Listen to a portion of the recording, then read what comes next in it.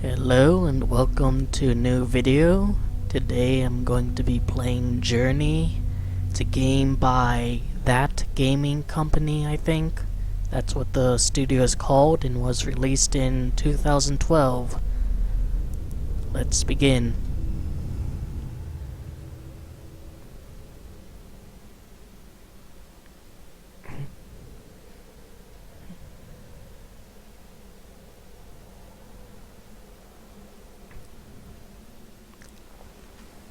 I just finished a game of it, playing through it, but when you start normally, the music has this sort of rising effect where it gets slowly louder and louder.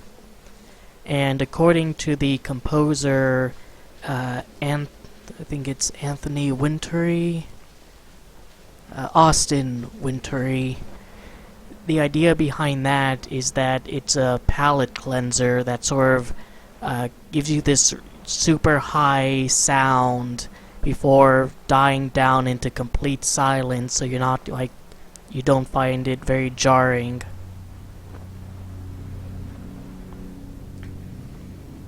So right off the bat, you know your destination. You want to get to the mountain.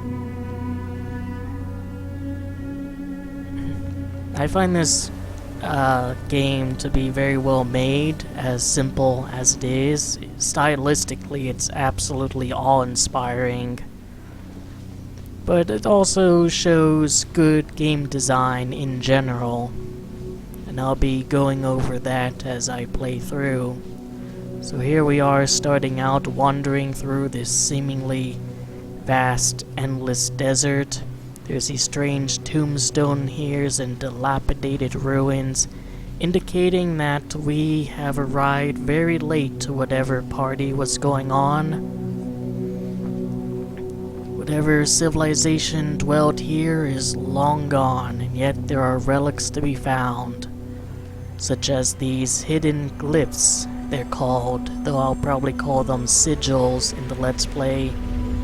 And they give your character this scarf. Your game teaches us that these little carpet guys fill up your scarf and lets you jump, but when you run out of light in it, you can no longer jump.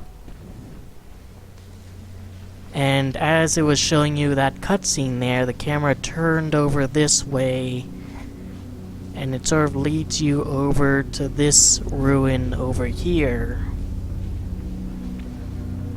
Now this entire area is practically a menu in of itself. Over there are a bunch of places that let you choose the different levels this game has to offer. And the game itself is very short. You can complete it in like an hour or two, even when you are taking your time.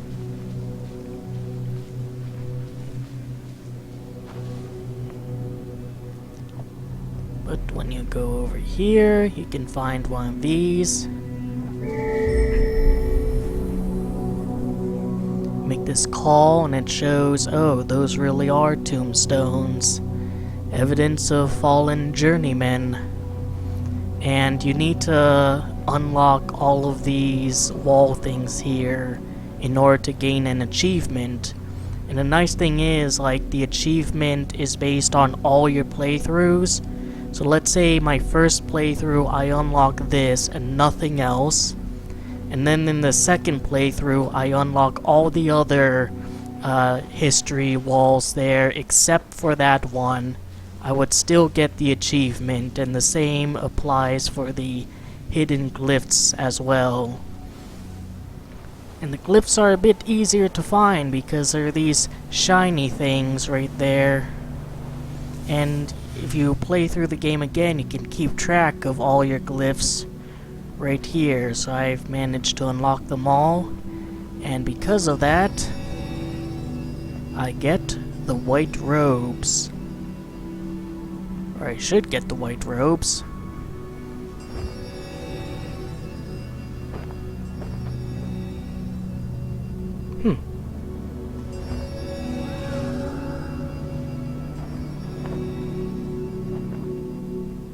That's odd.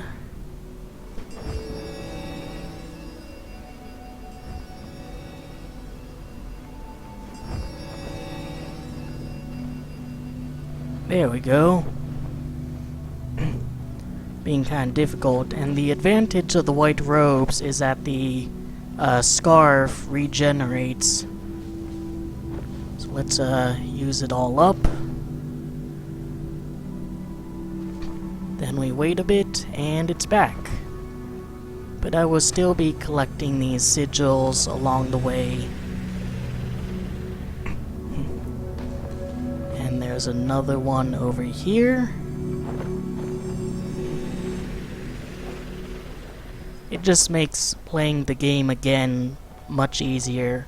So here's the first level, which is a pink desert we'll be seeing later on. The second level, my favorite, the part where you slide down the sand.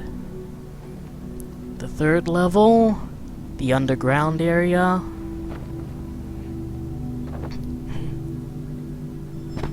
You don't actually have to do the call, you can just walk next to these things to activate them. And your call, the little symbol above your head, changes every playthrough. Then there's a temple area.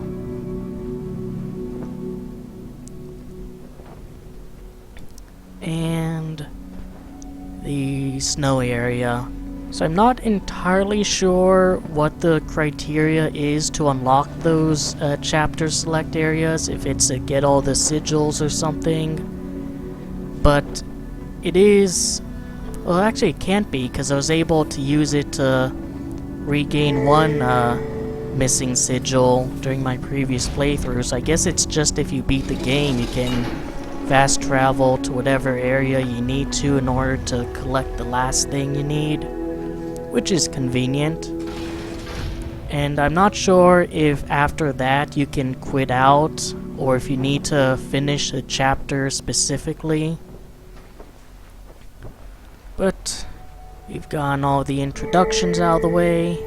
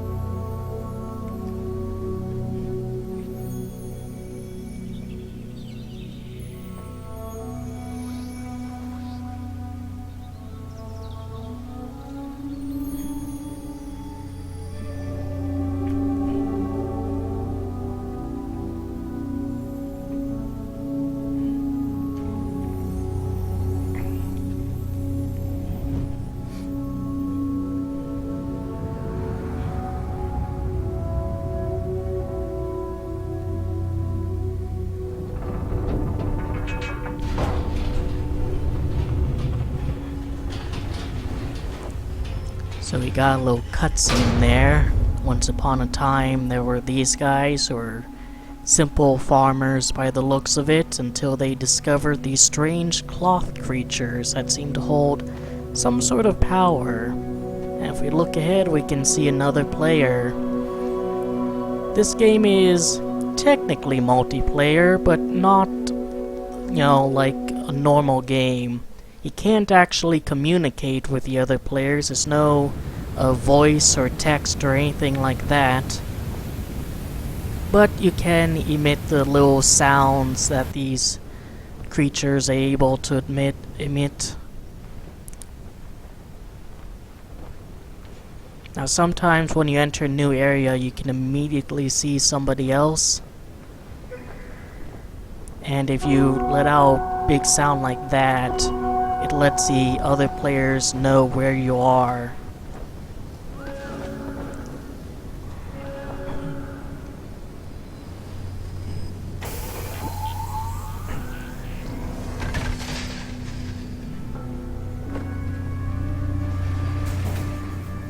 And you have to unlock the little carpet creatures from the stone carcasses of some strange machine.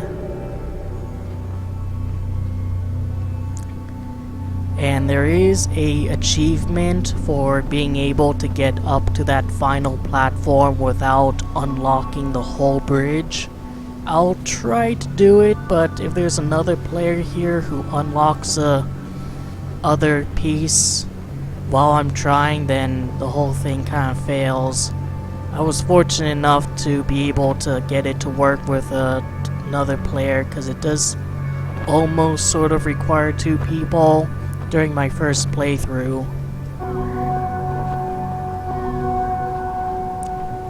Now, speaking of other players, there's a few achievements tied to them.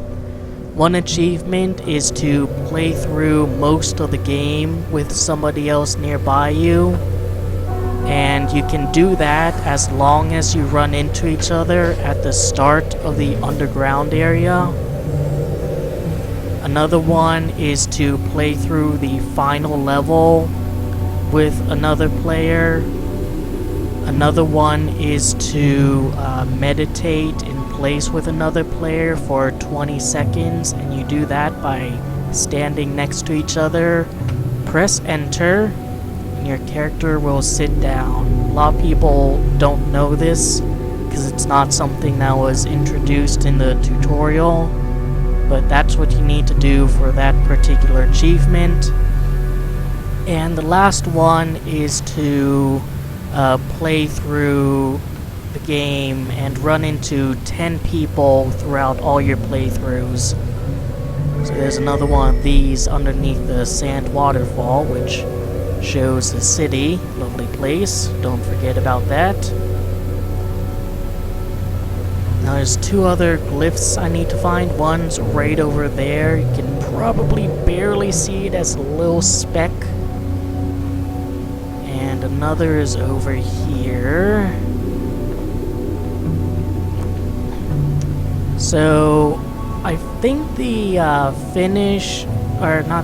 the wait in place for 20 seconds achievement is the hardest, because it does require the other person to know about that achievement and know what you're trying to do and to be willing to do it with you.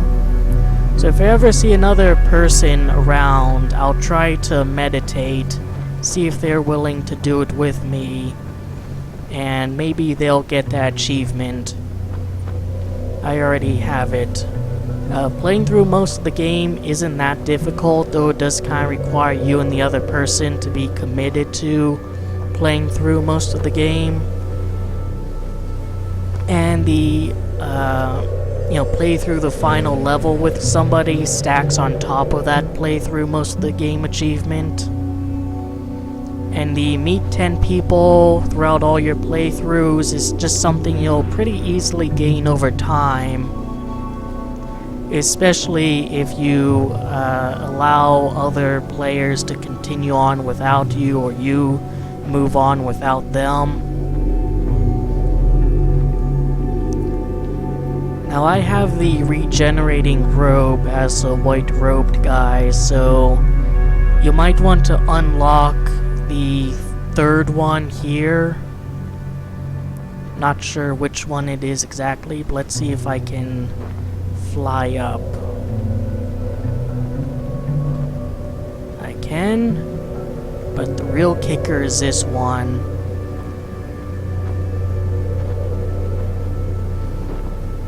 Like I said before, I did this with another player, but I'm pretty sure even if you have the red robe, if you collect all the glyphs along the way, you will be able to do that.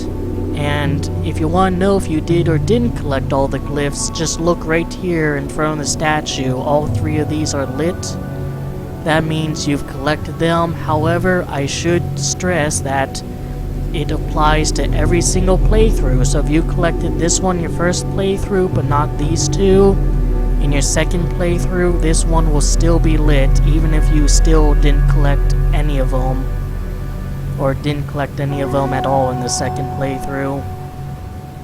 So just be aware of that. Activate you too.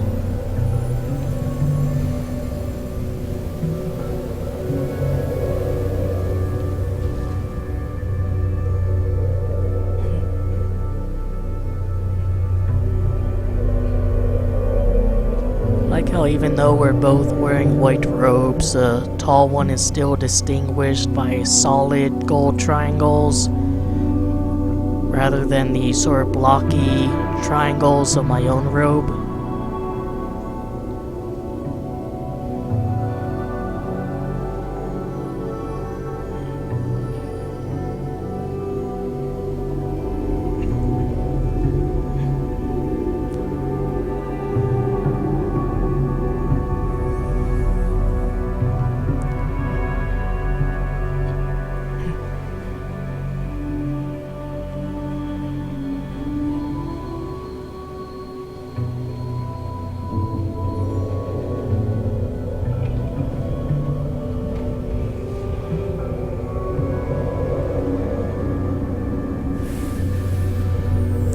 Notice how my character switched spots. I was on the right side and now I'm on the left.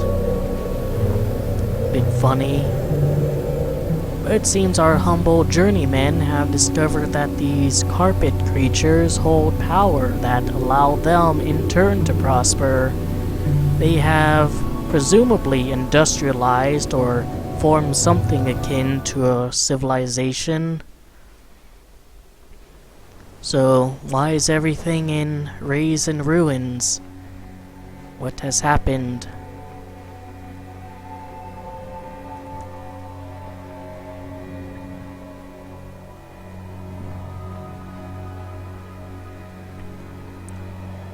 The art direction in this game is amazing. I never would have thought to ever have like pink sand and a very light greenish yellow sky. And it works so goddamn perfectly. So the pink desert area is probably one of the more difficult places to find everything because it's just so massive an area. There's one glyph I just do not quite know where it is. But most things I do, and with a bit of like wandering around, you should be able to find everything. So there's like 2 glyphs in the pink desert area, and this is the first one.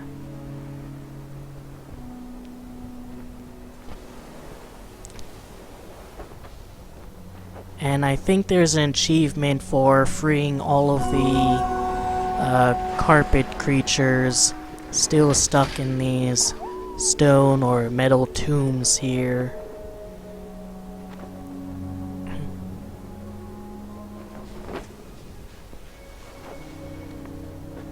The white robe is so useful though, it makes traveling through this pink desert so much easier.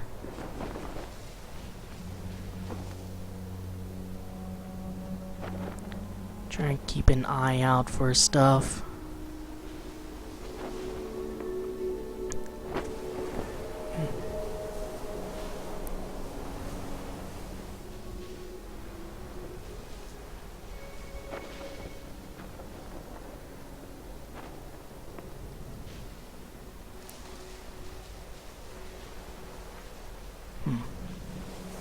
Well, here's one of the walls of history that you need to find. I actually really like desert environments in video games, but then again I live in Arizona, so I have an affinity for deserts. Here's our humble journeymen as farmers. Actually, is there a captive over here? No?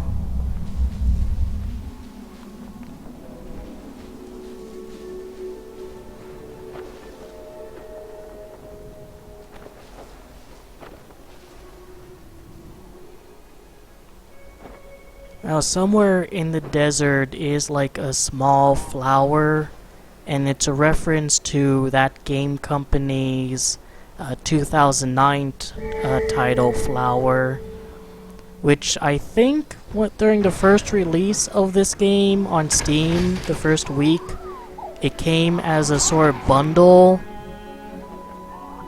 where if you buy Journey, you also got Flower. At least I have Flower, and I know all I bought was Journey. And there's a flower, you just have to free those guys. Go immediately right after freeing them, go near the flower and talk to it, and you'll get an achievement for that.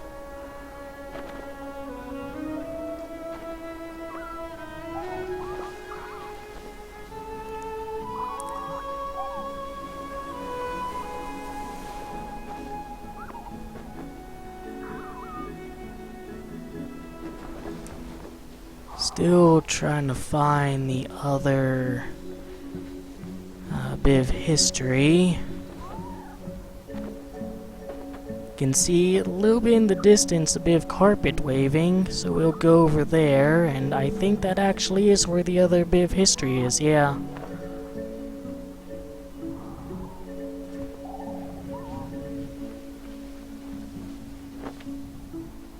Also seems to be something back there.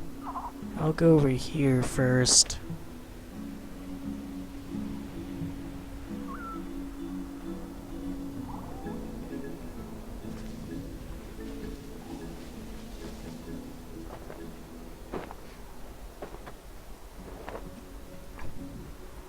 Doesn't seem like there's anything over there.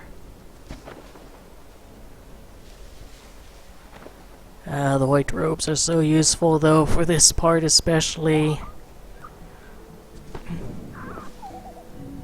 I mean, I would actually almost recommend just like fast tracking the achievement for finding all the glyphs, so you can get these white robes and make finding everything else so much easier.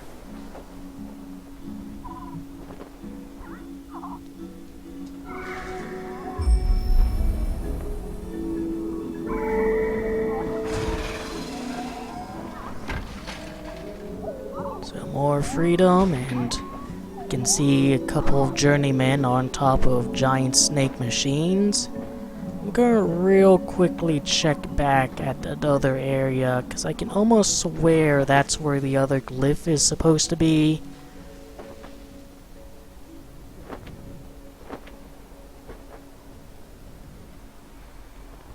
A nice thing about the white robes is it goes so high up that it's very easy to survey the area.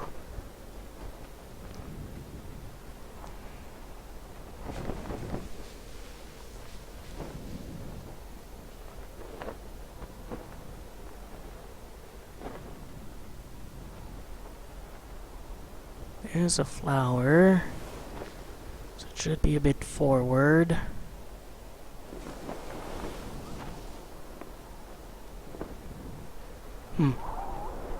Suppose not. Truth be told, I'm genuinely not sure where the other glyph is supposed to be in this pink desert. I found it once in one playthrough and never had to find it again.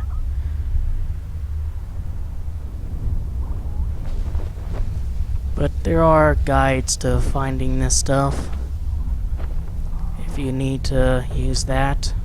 Unless that's it there. Watch as that's it and I make an idiot of myself.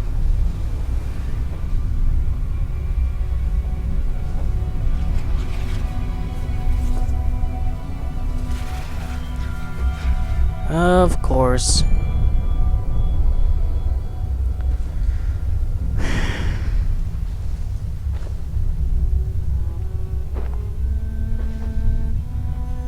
Well, there's the other glyph for this desert.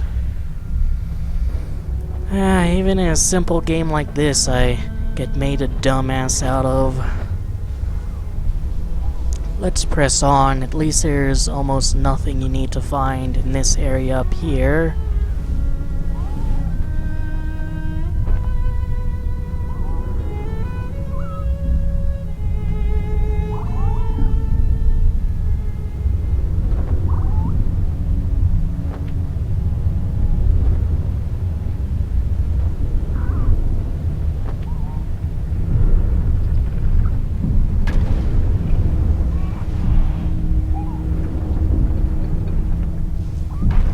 This is a rather foreboding area, actually, covered in dust. You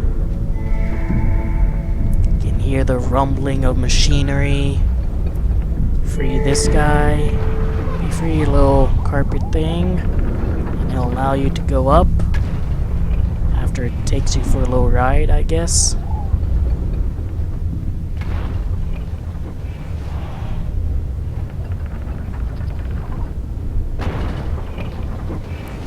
Looks like some sort of assembly line, the conveyor belt for these ominous stone entities.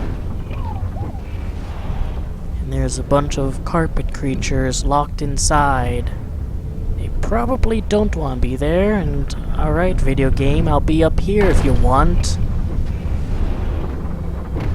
But be sure to go around. And there's a glyph here. That.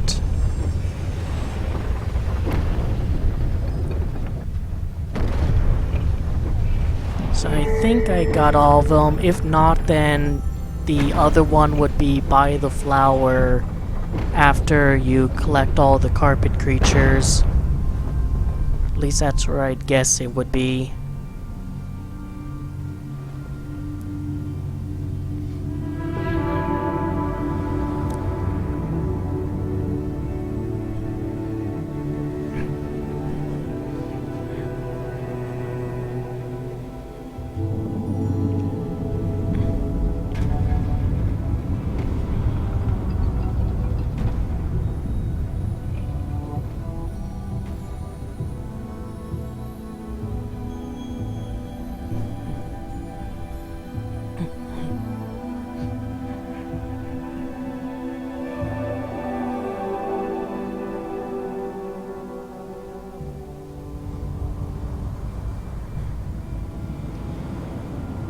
So our journeymen have continued to prosper, but at the cost of eating up other resources, namely food, which is pretty essential for a living being, as you can probably imagine.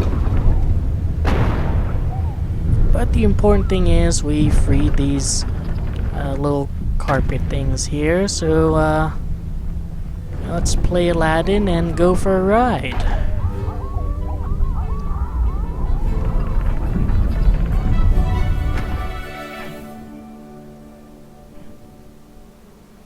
This is my favorite area. There's an achievement for going under, I think, 15 of these arches, which only takes a bit of, maneuverability.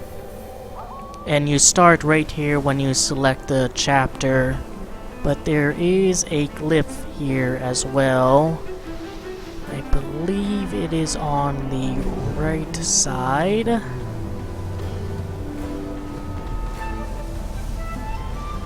Actually, it's not on the right side, it's in the middle. So you're going to want to maneuver yourself over here.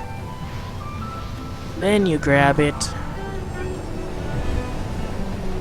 Not sure you can grab the glyphs and do the arches at the same time, but again, the chapter select is very liberal. And here, if you don't have a lot of scarf, you're gonna need to act quickly. As soon as you drop out of here, move the joystick to the right so your character falls down toward this glyph here. Otherwise, you might not be able to obtain it depending on how long your scarf is. It was at least a bit of trouble for me when I first played through this area.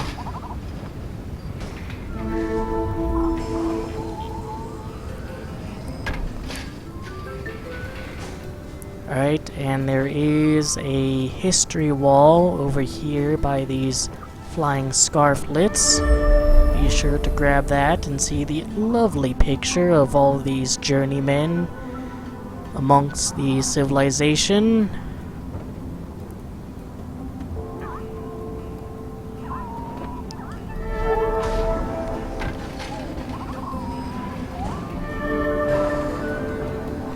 Once you unlock those, fast way to do this is just to stand there.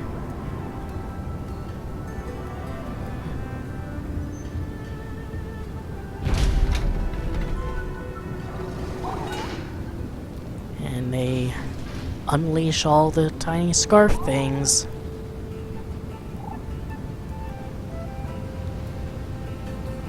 Which you can then use to lift yourself up and go on to the second sliding section, which is even better than the first because it has more arches.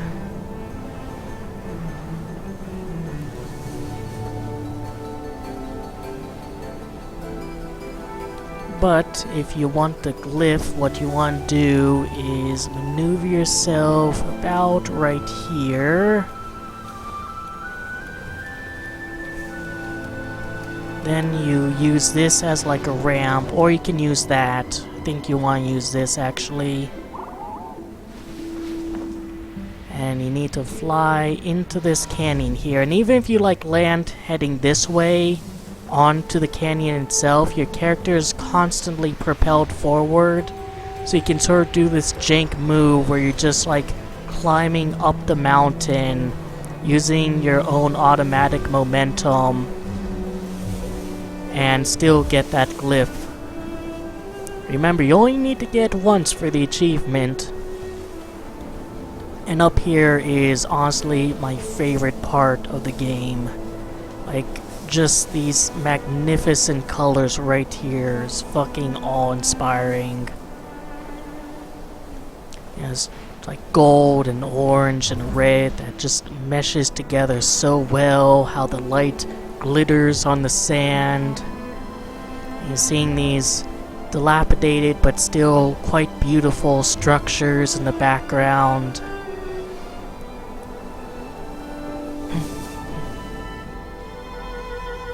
Didn't even think you can actually stop here, but yeah, I mean, look at this. Now this is beautiful. But we must press on. The mountain awaits.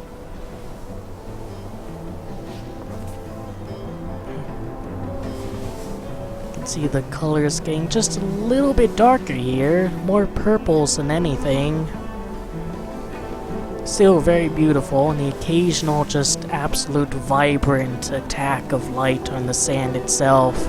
You see one last vista of this magnificent city that once was, what was this civilization they have created. And then you fall down. The pastel colors give way to dark, cool colors, the first actually seen in the game itself.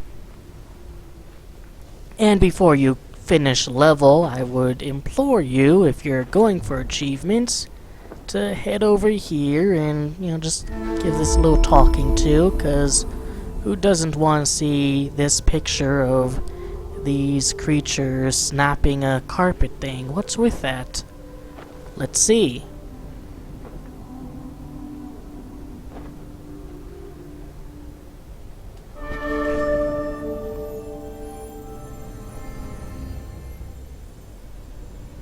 I find it odd that I haven't run into another person yet. All my previous playthroughs have.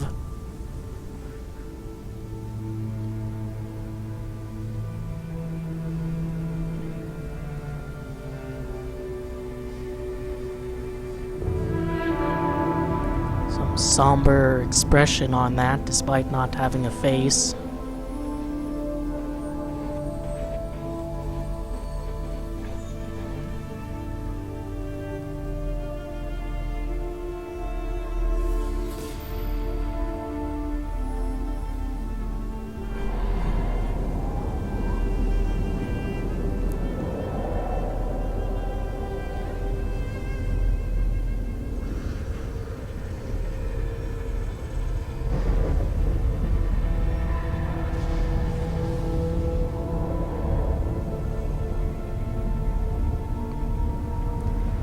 So once the miracle resource had become scarce, war begins. And they begin constructing things not to lift themselves up, but to tear others down in hopes of being able to retain that much more power away from their foes.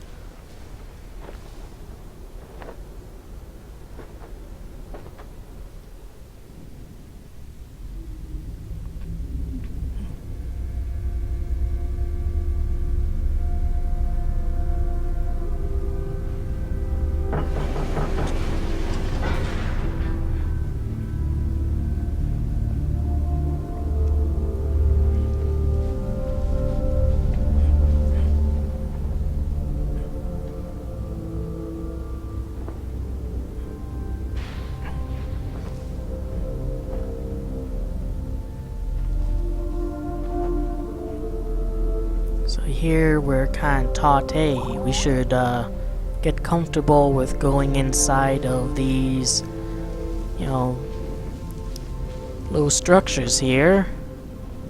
Seems like our little carpet friends really want us to, but we're gonna mostly ignore that. There's a glyph to find right in there, and you approach it from this side.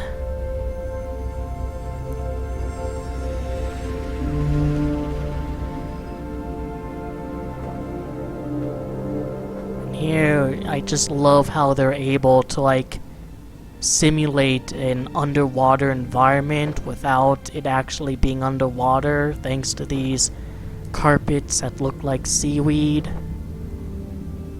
And right after the first glyph, there's another right in here.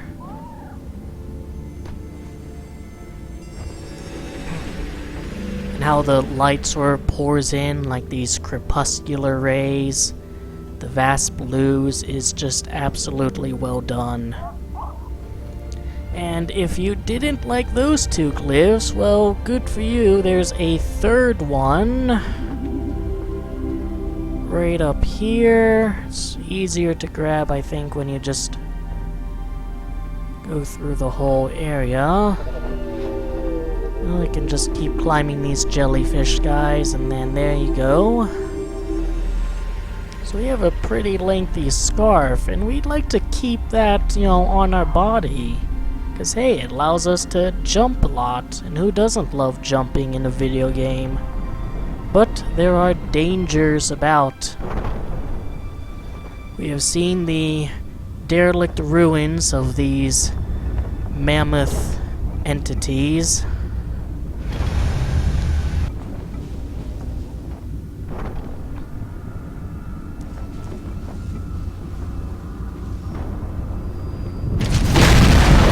Now we see them in action. I really don't like journeymen. Machines of war. But before we do that, I'm going to try to get on the head of this statue thing here. Just for fun. An even higher statue head to climb on. Let's do it. There's no reward or anything for this, I just like being silly.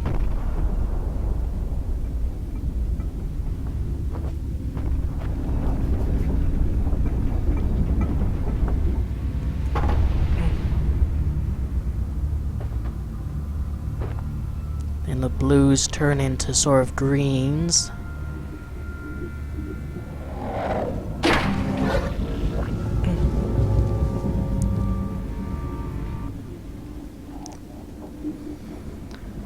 So even though it's not really introduced all that much, I think it's pretty self-evident if you played a video game ever before to stay out of the searchlight. Well, actually it's kind of introduced there, so I guess I'm wrong, but hey, I mean, I'm just focused on this here. Getting to see these machines at war, attent and ready for combat. Now, the easy way to get through here is just to stay as far to the sides as you can, specifically the right side. Which is easier when you have a ton of carpet, or scarf. And you can go through there, but, you know, since I'm able to fly around, I think I will.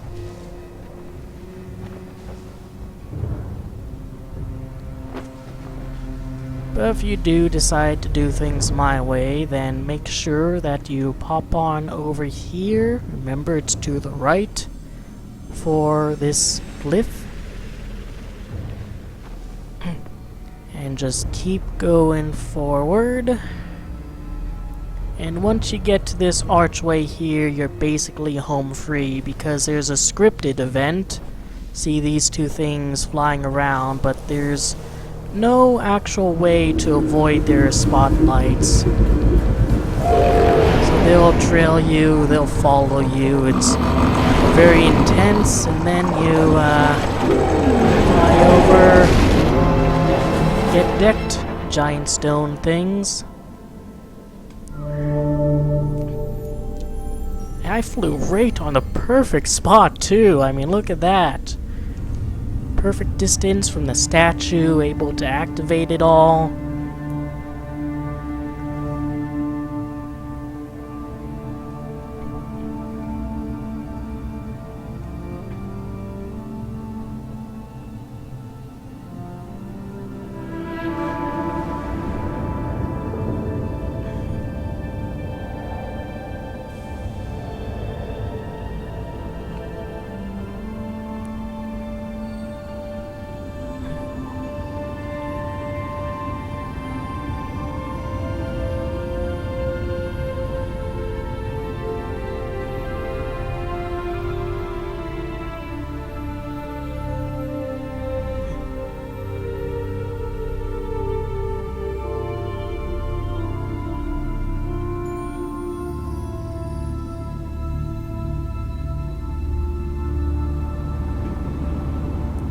So your mentor briefly looks at you, wondering if you're ready to know the end, and it shows that war has caused many casualties.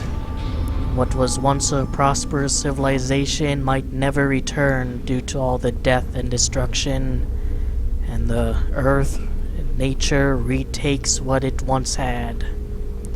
Reminds me a bit of Matthew Matosis's video about Journey, where he said that, like, even if you take somebody from, like, an uncontacted tribe and put them in front of a computer and give them a vague idea of what a video game is and how it works, even they would be able to understand the general plot of the game because of how universal it is. Which it really is, you know.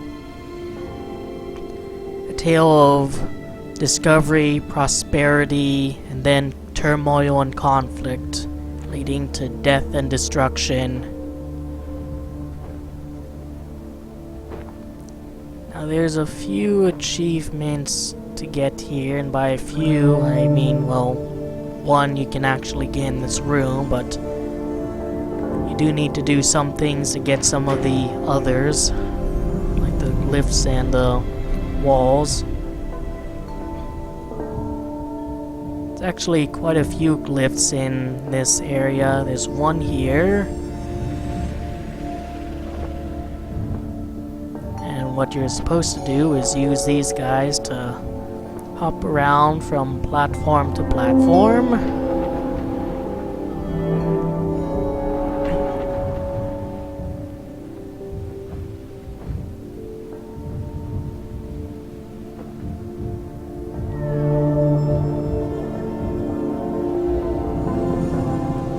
Just giving a little recap of our adventures so far.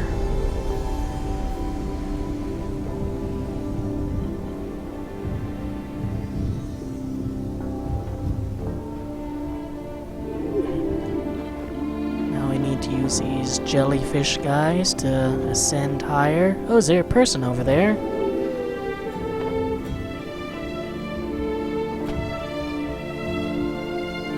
There is. The white light on the edge of the screen indicates another person. It's a fellow white rober. Yeah, aren't we just the absolute chads of Journey? And he wants to meditate.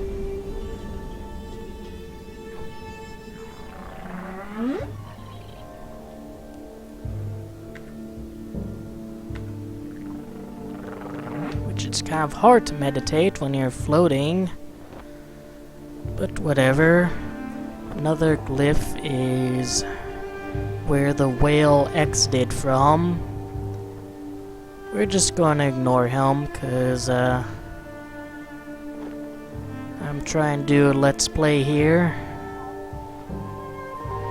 But this would be a very good time to pick up a new person if you are trying to get finish the final level with a guy achievement, so you can get glyph there, and there's a wall here to activate.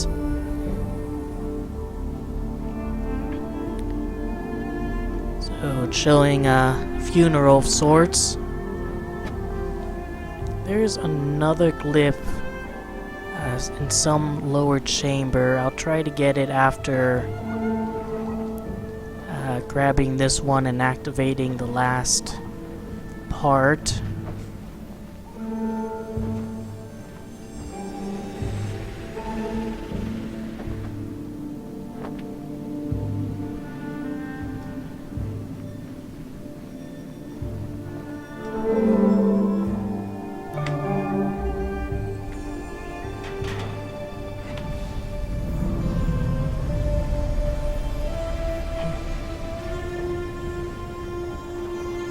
Oh, there's a other glyph.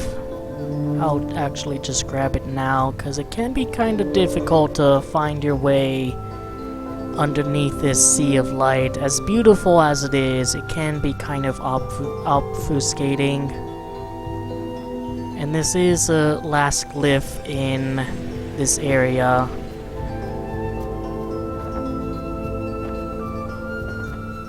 Just hold A in order to ascend. See where he is over there.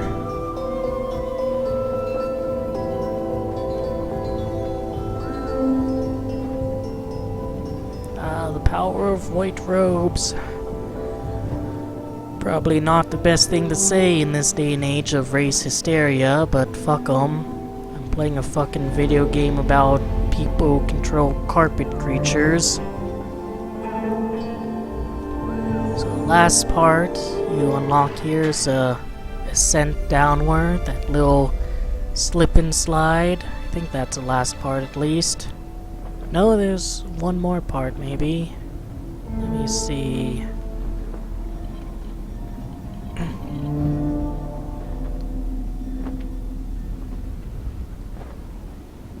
No, I think that was the last one. So once you do that, all the way down to the bottom. Because there is an achievement for finding some ancient creature, and so on the lowest level of this thing, which we can go down any faster. Here we go.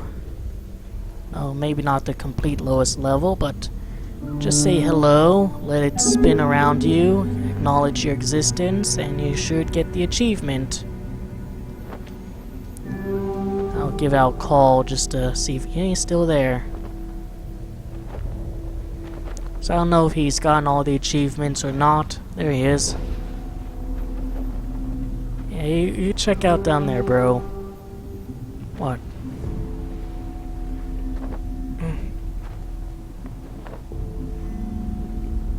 Bonk our head on carpet.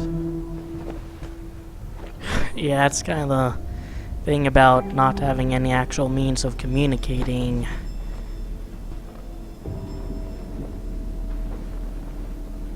No real way to, you know, announce your intent.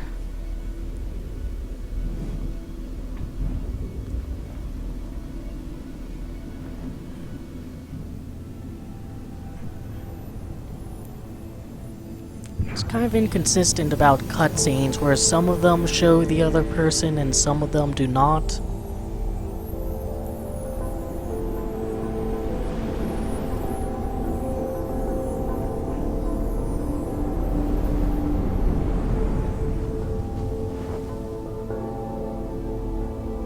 So like right here I'm alone.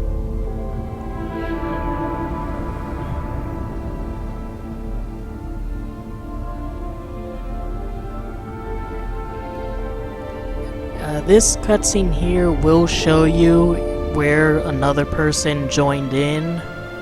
So you'll see two people running around rather than just one.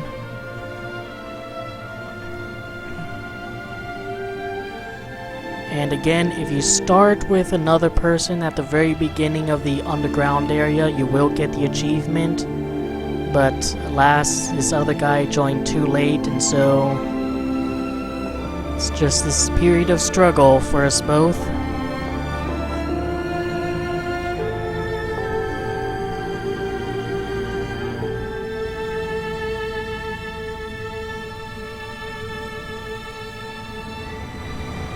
we get a glimpse of our future, a land of white and gray and black, lifeless, desolate, far cry from the sea of light we inhabited.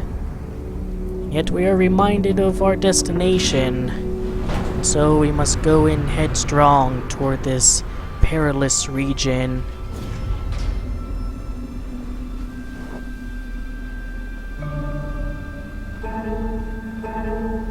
So he has like those J's. I have I don't know, loss. That's my voice line. That actually is pretty good that there's another guy here, because it will allow me to demonstrate something that's sort of necessary for this snowy area. So here the cold is so severe that actually causes your carpet to diminish and die out automatically.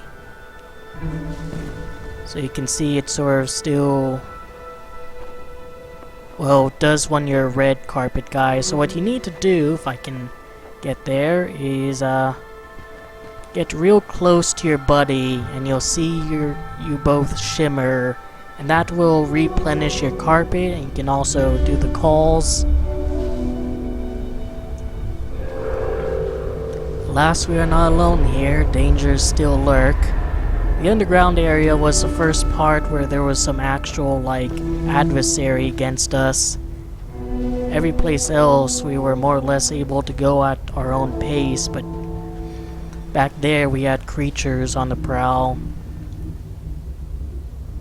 So in this area here is another sort of standard video gamey moment where you have to stand in a place for a few seconds and let a powerful wind or some other environmental hazard happen.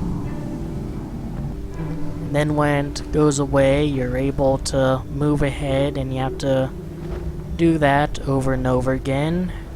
You're able to sort of skip a few of these tombstones. You can skip like one every cycle. So I'm gonna go for that leftmost one there. And you're hardly able to fly in the snow. It really nerfs your movement, which is why I would say this isn't a game to play like over and over again, because this last part can, you know, kind of drag after a few playthroughs. It's definitely a game to experience, like, you know, periodically.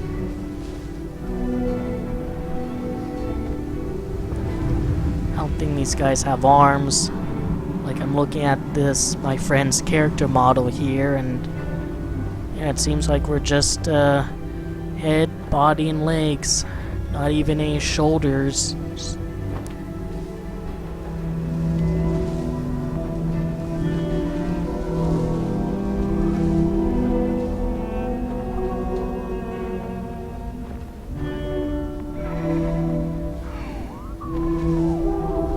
Can free that guy.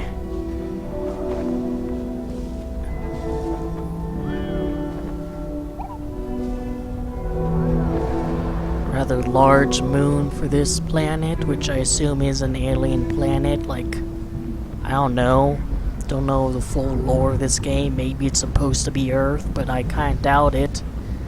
Kinda makes me think of Scorn, actually, with a challenge the developers had of making the game without text, dialogue, or cutscenes. Now, this game doesn't have dialogue. This doesn't count. And doesn't have text, again. This doesn't count. But it does have cutscenes. And very sort of self-evident, I would say, cutscenes that make it very clear what the story is. Whereas Scorn is supposed to have everything a lot more nebulous and hidden.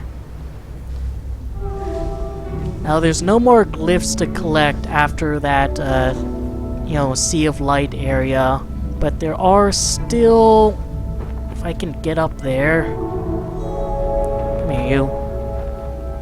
Still 2 more of these walls. The first one is here. Shows a war.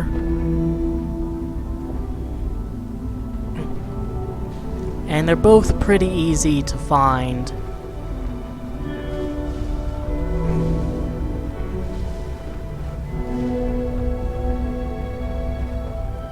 Must have been a bitch and a half to build this place though. I mean, look at the size of that wall.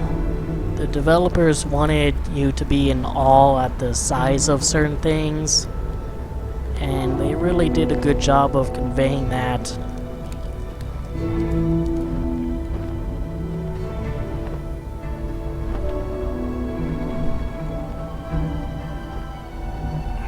Some more wind just to bully us. Now over here will be another area with those guardians, they're called. But if you stay over at this side here, you should be able to avoid their searchlights pretty easily.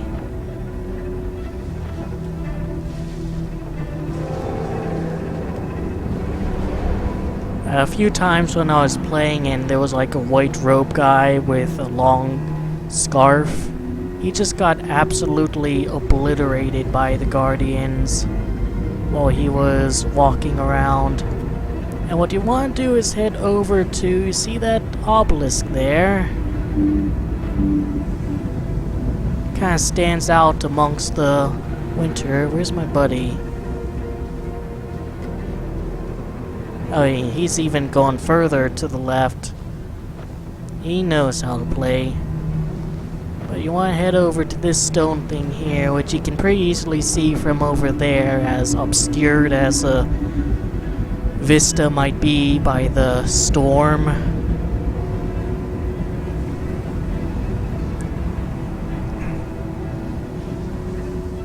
And you're gonna head over here. I'll wait for my friend. Alright. Waiting over.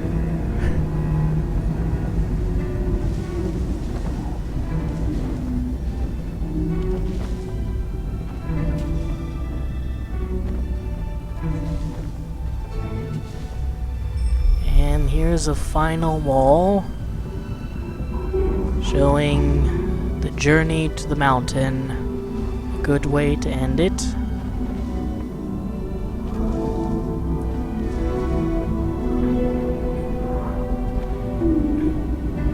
Now this game doesn't actually have a losing condition as far as I can tell, but if the creatures, the guardians, do hit you, you lose some scarf length, which isn't, you know, that impactful in this area, to be honest.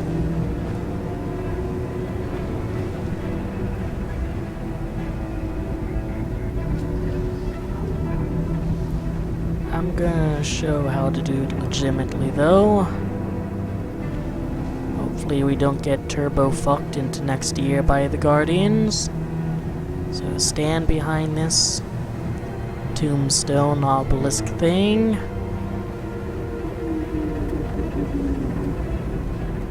See if we can make it into this first body part. And the guardians, I think, are contextualized or patterns based on where you're standing.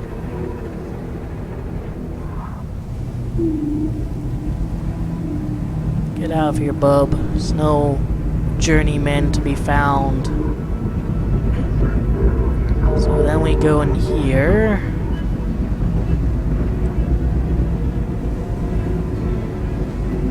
And once he passes over there, we can head on out and head into this one.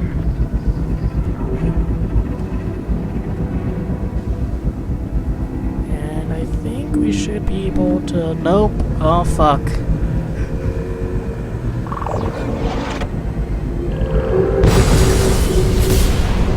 Well, I just got turbo fucked into the next week, and you can see I have a shorter scarf. Good, I lost length.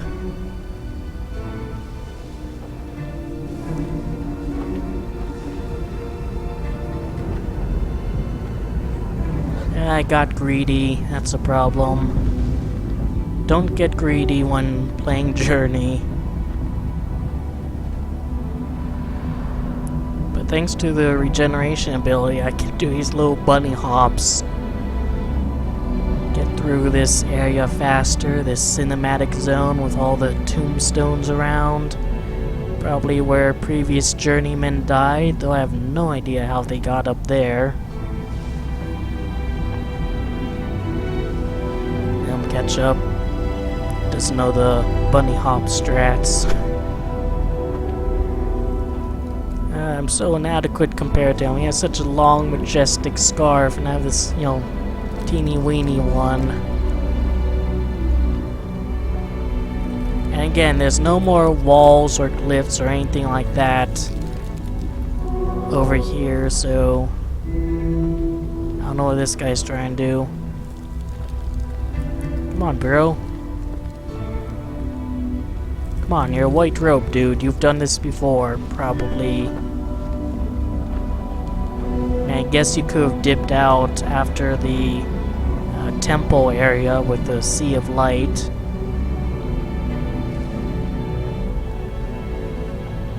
And it gets darker here, those grays turn to dark grays, the equivalent of black as far as this game is concerned. And then there's this, it's the same sort of mini game as before. There's wind that'll blow you away unless you stand in these areas that do not have snow on them.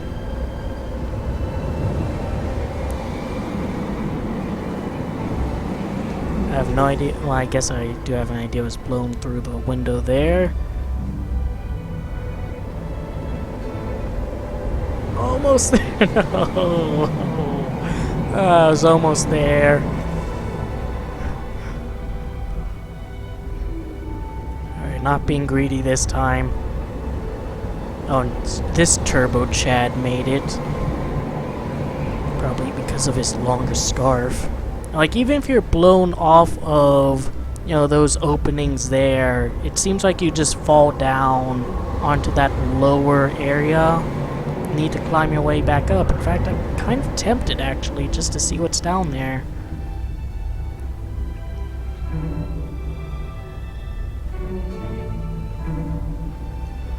Yeah, even if you're blown off, it looks like you just end up down here and you're able to climb your way back up.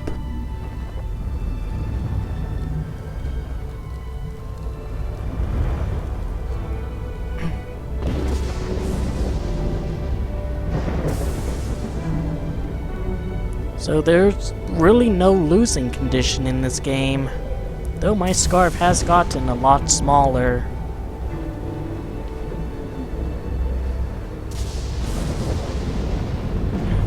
And this part is literally just hold up on the joystick to win.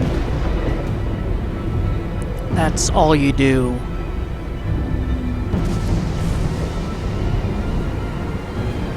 So you're gonna be bullied by the wind a little bit. You can hang close to your buddy if you want, but it doesn't really change anything. You can just barely talk. This has been a long and arduous journey.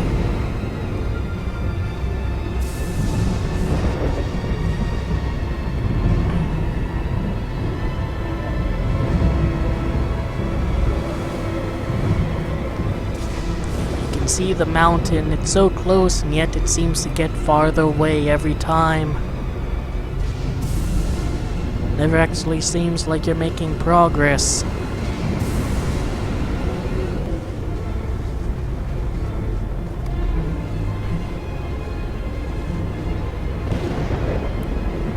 Around and see us.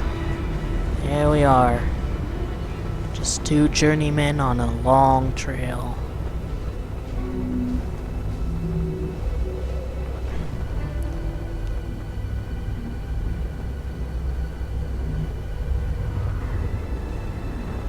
It's a bit hard to see, but you can actually see like a flat horizontal surface, right up there. just this giant wall that even sort of implies that even if you made it up there, you would still be barricaded from the mountain. It's kind of hard to see. I'm not sure if there's any details on it. You're not even supposed to reach that place, but I doubt there's an entrance within that wall to allow you to go forward. And thus you and your friend, if you have one, slowly walk through the snow, trudging along as best as their weary muscles can take them. They're tired, the mountain is out of view, replaced by thick clouds just like the snowstorm you've braved all this way, and the wall becomes ever more visible. Here's the end of the journey.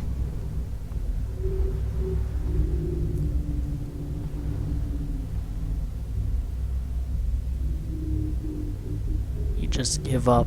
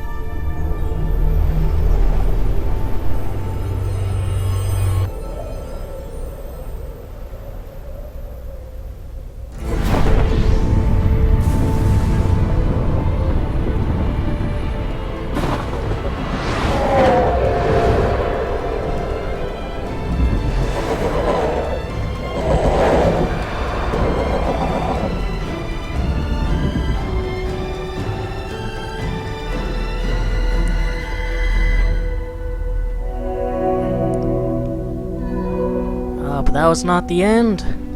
In your darkest hour, these ancients that once dwelled, your guides along this perilous journey, have taken pity upon you and have given you the strength to overcome any earthly bound that held you back. And thus you are allowed into this pristine world of light. One thing I forgot to mention is in the underground area where you first see the guardians that are evidently these whales. If you make it through without alerting them, which again just stick to the right, you will get an achievement for that. It's actually possible to get through this entire area without touching the ground.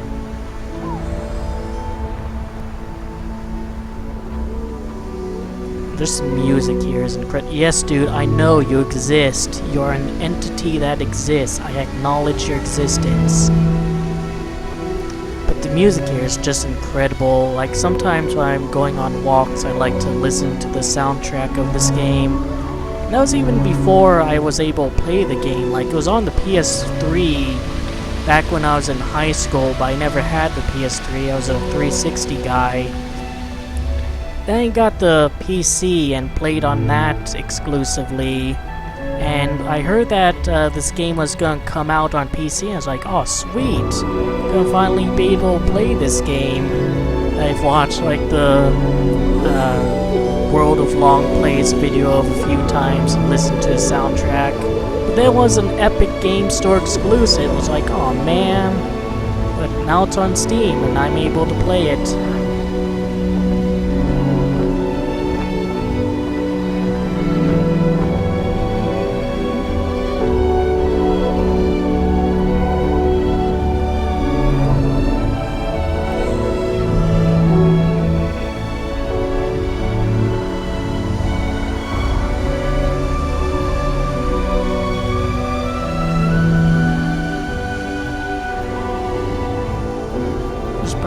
some offline mode you can play this game in where you don't see another person. And here we are at the end. We finally reached the peak of the mountain.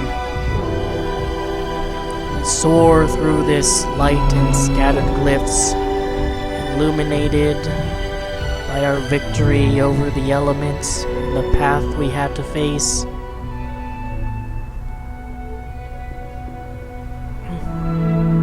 Having made it so far, we no longer need our scarf, a tool that assisted us valiantly, but it's time to move on.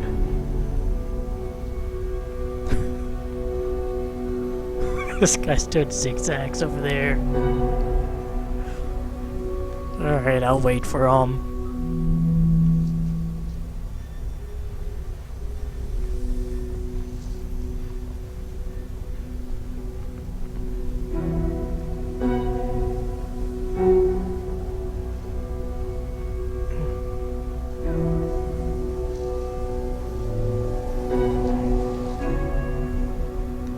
So still a lot of blues here, but the white light that was once very foreboding, very dreary, now presents a lot of hope for us. What lies on the other end of this small chasm? Who knows? I think that's up to the player to decide. Maybe there is a vast, prosperous civilization over there that actually turned out okay.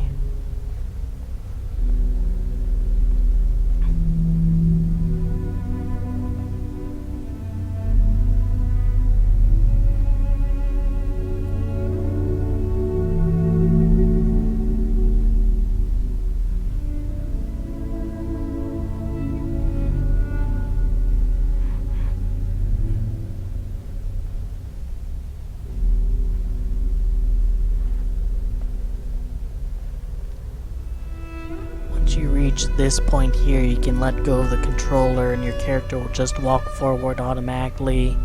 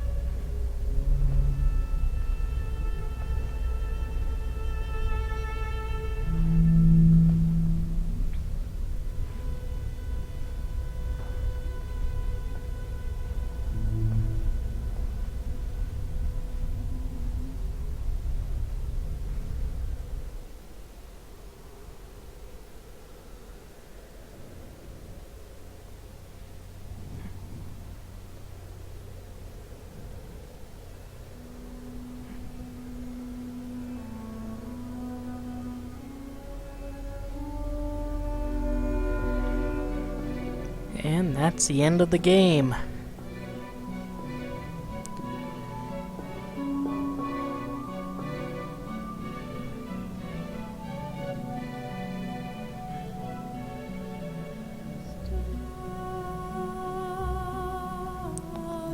Now the song here that's playing, the lyrics are in multiple different languages, and according to Austin Wintory, in his video where he uploaded the soundtrack and the commentary he gave, he stated that before an official translation was posted, he came across this forum where a bunch of people were trying to decipher the lyrics, and they were doing a pretty good job.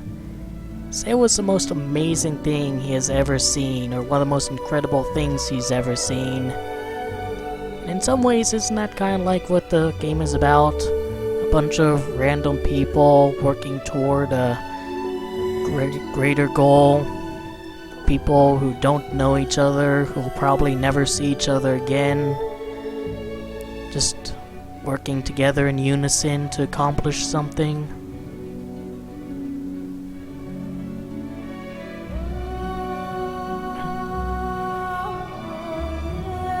Get a bit of a glimpse of all the areas we've been through.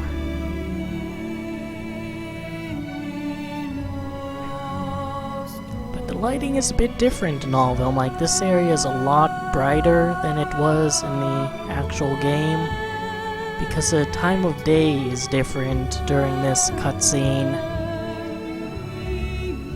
It's kind of hard to see in these underground areas though, but becomes very apparent when this light reaches the above ground.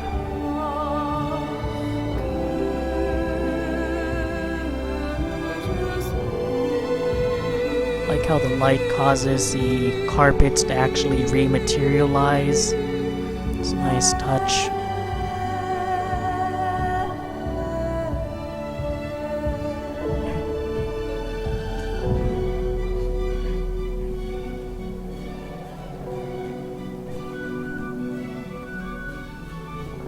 So here's a city area that was once the very edge of noon, and now it's a bright morning. The pastel colors are just as lovely. I mean, look at that.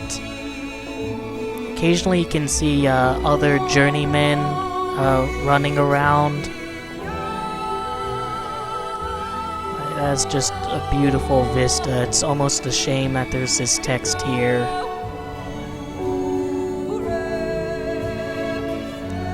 Yeah, there's the other journey people. I think it's consistent every time the credits play.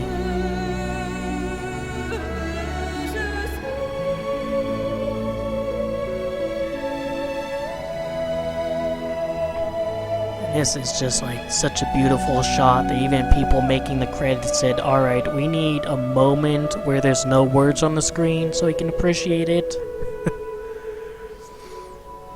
And then we can continue the text. Now it's nighttime in this area, which would make it seem almost ominous, and yet there's this sort of implication that there's constantly journeymen heading toward the mountain. I wonder, is the guy who, is that light our guy sent back every single time? Or is it a new person every time?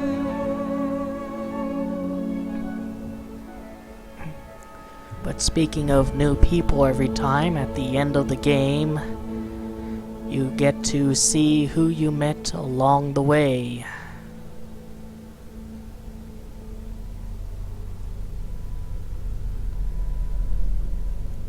Companions met along the way. W. Twilight Snow. And he's the only one. Had as many as like 5 in one game.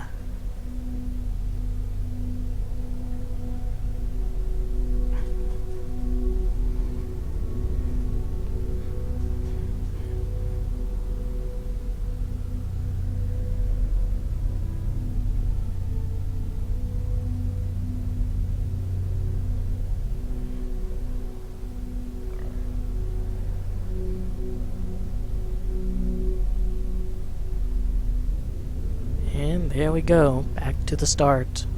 Hope you enjoyed the video, that gave you something to think about and otherwise entertained you.